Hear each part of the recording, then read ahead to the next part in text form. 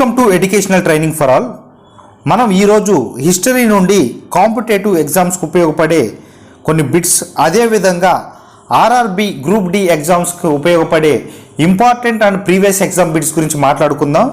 మీరు కానీ నా వీడియో ఇదే మొదటిసారి చూసినట్లయితే ప్లీజ్ లైక్ చేయండి, అదేవిధంగా సబ్స్క్రైబ్ చేసుకోండి. మరిన్ని నోటిఫికేషన్ కోసం బెల్ ఐకాన్ని క్లిక్ చేయండి. ఓకే, స్టార్ట్ చేద్దాం. సింధు నాగరికత కాలం నాటి ఆర్థిక వ్యవస్థకు వెన్నుముక వంటిది ఏది అని అడుగుతున్నాడు. వెన్నుముక వంటిది ఏది అని అడుగుతున్నాడు. ఏంటిది? వ్యవసాయం. ఏ సింధు లోయ నగరంలో ముద్రలు కనుగొనబడ్డాయి? ఏ సింధు లోయ నగరంలో ముద్రలు కనుగొనబడ్డాయి అని అడుగుతున్నాడు. ఎక్కడ? లోథల్. నెక్స్ట్ బిట్ చూద్దాం. హరప్ప ముద్రికలు ఏ పదార్థంతో తయారయ్యాయి అని అడుగుతున్నాడు.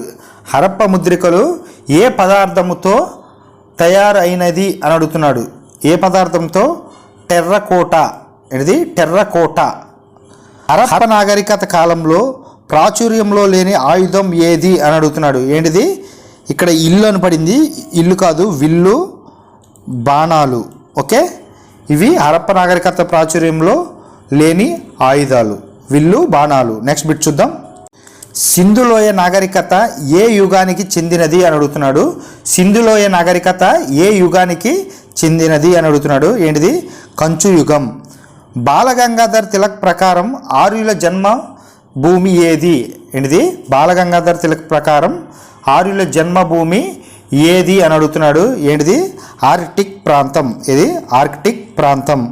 నెక్స్ట్ బిట్ చూద్దాం. ప్రాచీన భారతంలో వర్షదేవుడి మరొక పేరు ఏమిటి అని అడుగుతున్నాడు. ప్రాచీన భారతంలో వర్షదేవుడి యొక్క మరొక పేరు ఏమిటి అని అడుగుతున్నారు. ఏంటిది? వరుణ్. ఏంటిది? వరుణుడు. హరప్ప నగరము ఏ నది ఒడ్డున ఉంది అని అడుగుతున్నాడు. హరప్ప నగరం ఏ నది ఒడ్డున ఉంది అని అడుగుతున్నాడు. ఏ నది ఒడ్డున? రావి నది ఒడ్డున ఉంది. నెక్స్ట్ బిట్ చూద్దాం. 9వ బిట్ చూద్దాం. కొలిచే ప్రమాణం లభించిన సింధు నాగరికత కేంద్రం ఏది అని అడుగుతున్నాడు. ఏంటిది? లోథల్. హరప్ప నాగరికతను ఏమని ప్రస్తావించారు? హరప్ప నాగరికతను ఏమని ప్రస్తావించారు అని అడుగుతున్నారు. ఏమని? కంచుయుగ నాగరికత అని ప్రస్తావించడం జరిగింది. నెక్స్ట్ బిట్ చూద్దాం. హరప్ప నాగరికతను కనుగొన్న కాలం ఏది? హరప్ప నాగరికతను కనుగొన్న కాలం ఏది అని అడుగుతున్నాడు. ఏది? 1921-22 మధ్యలో కనుక్కోవడం జరిగింది. ఓకే, ఋగ్వేద కాలంలోకి చెందిన విశిష్టం ఏమిటి అని అడుగుతున్నాడు. ఋగ్వేద కాలంలోకి చెందిన విశిష్టాంశం ఏంటి అని అడుగుతున్నాడు. ఏంటిది? ప్రకృతి పూజ. ఏంటిది? ప్రకృతి పూజ. నెక్స్ట్ బిట్ చూద్దాం. వేద కాలంలో వరకట్నానికి బదులుగా ఆవులు, ఎద్దులు ఇచ్చే వివాహాలు ఏవి? ఏంటిది? వేదకాలంలో వరకట్నానికి బదులుగా ఆవులు, ఎద్దులను ఇచ్చే వివాహాలు ఏవి అని అడుగుతున్నాడు. ఏంటి అవి? ఆర్సా వివాహం. వేదం అనే పదానికి అర్థం ఏమిటి? వేదం అనే పదానికి అర్థం జ్ఞానం. ఓకే, నెక్స్ట్ బిట్ చూద్దాం. 15వ బిట్ చూడండి.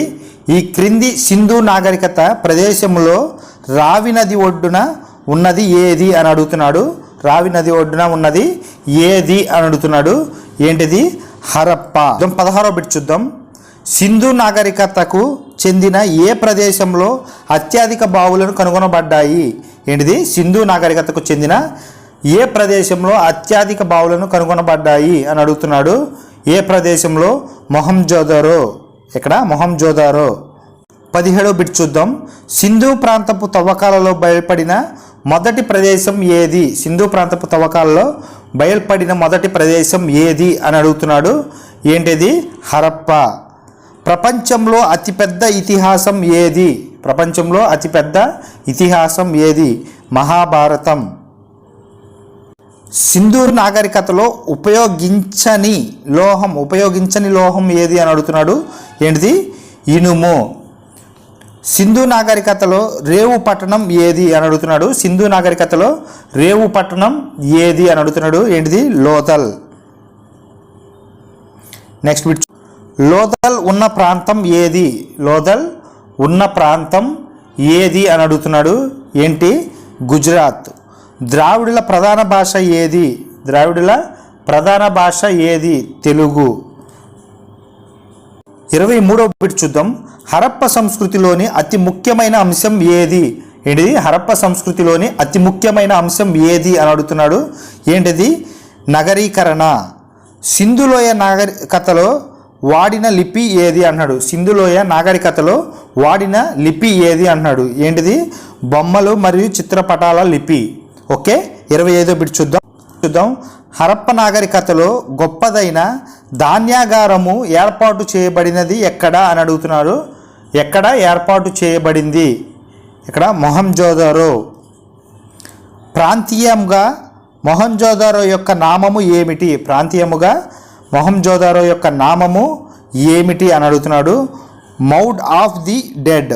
ఏంటిది? మౌడ్ ఆఫ్ ది డెడ్. 27వ బిట్ చూసినట్లయితే సింధులోయ నాగరికత దీనిలో ప్రత్యేకత కలిగినది. సింధులోయ నాగరికత దేనిలో ప్రత్యేకత కలిగిందని అడుగుతున్నాడు. దేంట్లో? పట్టణ ప్రణాళికలో. ఇక్కడ పట్టణ ప్రణాళికలో. హరప్ప ప్రజలు పూజించిన పక్షి ఏది అని అడుగుతున్నాడు. హరప్ప ప్రజలు పూజించిన పక్షి పావురం. ఓకే. చూద్దాం. గౌతమ బుద్ధుడు ఎక్కడ పరమపదించాడు? ఎక్కడ పరమపదించాడు అని అడుగుతున్నాడు. ఎక్కడ? కుశీనగరం. తెలుగులో మహాభారతం రచన ఆరంభించినది ఎవరు? తెలుగులో మహాభారత రచనను ఆరంభించినది ఎవరు? నన్నయ్య. 31వ బిట్ చూద్దాం. మొత్తం ఉపనిషత్తుల సంఖ్య ఎన్ని అని అడుగుతున్నాడు. మొత్తం ఉపనిషత్తుల సంఖ్య 108. ప్రపంచంలో అతి ప్రాచీనమైన గ్రంథం ఏది? ప్రపంచంలో అతి ప్రాచీనమైన గ్రంథం ఏది అని అడుగుతున్నాడు. ఏంటిది? ఋగ్వేదం. ఓకే. నెక్స్ట్ బిట్ చూద్దాం. రాష్ట్రీయ స్వయం సేవక్ సంఘం స్థాపించబడిన సంవత్సరం ఏది అని అడుగుతున్నాడు. ఎప్పుడు? 1925. గౌతమ బుద్ధుడు పుట్టిన ఊరు ఏది? గౌతమ బుద్ధుడు పుట్టిన ఊరు లూంబిని. ఏంటిది? లూంబిని. 35వ బిట్ చూద్దాం. మొత్తం ఉపనిషత్తులు ఎన్ని? ఆల్రెడీ నేను ఈ బిట్స్ చెప్పాను. ఎన్ని? 108. వేదకాలంలో ప్రజలు మొట్టమొదట వాడిన లోహం ఏది? వేదకాలంలో ప్రజలు మొట్టమొదట వాడిన లోహం ఏది అని అడుగుతున్నాడు. ఏంటిది? బంగారం. ఉపనిషత్తులు దేనికి సంబంధించిన గ్రంథాలు? ఉపనిషత్తులు దేనికి సంబంధించిన గ్రంథాలు అని అడుగుతున్నాడు. దేనికి? తత్వశాస్త్రం. 4 వేదాలతో అతి ప్రాచీనమైనది ఏది అని అడుగుతున్నాడు. ఏంటిది? 4 వేదాలతో అతి ప్రాచీనమైనది ఋగ్వేదం. ఓకే. వేదకాలంలో నిష్క అనే పదాన్ని ఆభరణానికి వాడేవారు. తరువాత కాలంలో అది దేనికి సంబంధించింది అని అడుగుతున్నాడు. దేనికి? నాణ్యం. దీనికి నాణ్యం. మహాభారతాన్ని తెలుగు భాషలో అనువాదించడం మొదటి వ్యక్తి ఎవరు? అనువాదించిన మొదటి వ్యక్తి ఎవరు అని అడుగుతున్నారు. ఎవరు? నన్నయ్య. నెక్స్ట్ బిట్ చూద్దాం. 41వ బిట్టు. కంసుడి సహోదరి ఎవరు? కంసుడి సహోదరి ఎవరు అని అడుగుతున్నారు. ఎవరు? దేవకి. ఎవరు? దేవకి. మలివేద యుగపు ప్రజలు వర్ణ వ్యవస్థలో ఏ గ్రంథంలో చర్చించబడింది? మలివేద యుగపు ప్రజల వ్యవస్థను ఏ గ్రంథంలో చర్చించబడింది అని అడుగుతున్నాడు. ఏ గ్రంథంలో? ఋగ్వేదపు పురుష సూక్తము గ్రంథంలో మలివేద యుగపు ప్రజల వ్యవస్థ చర్చించబడింది. ఓకే.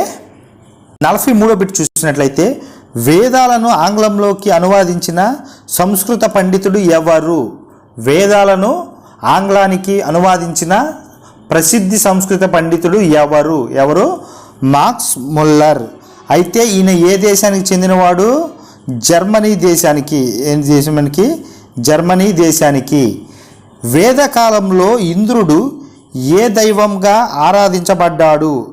వేదకాలంలో ఇంద్రుడు ఏ దైవంగా ఆరాధించబడ్డాడు అని అడుగుతున్నాడు. ఏ దైవంగా? యుద్ధ దేవతగా.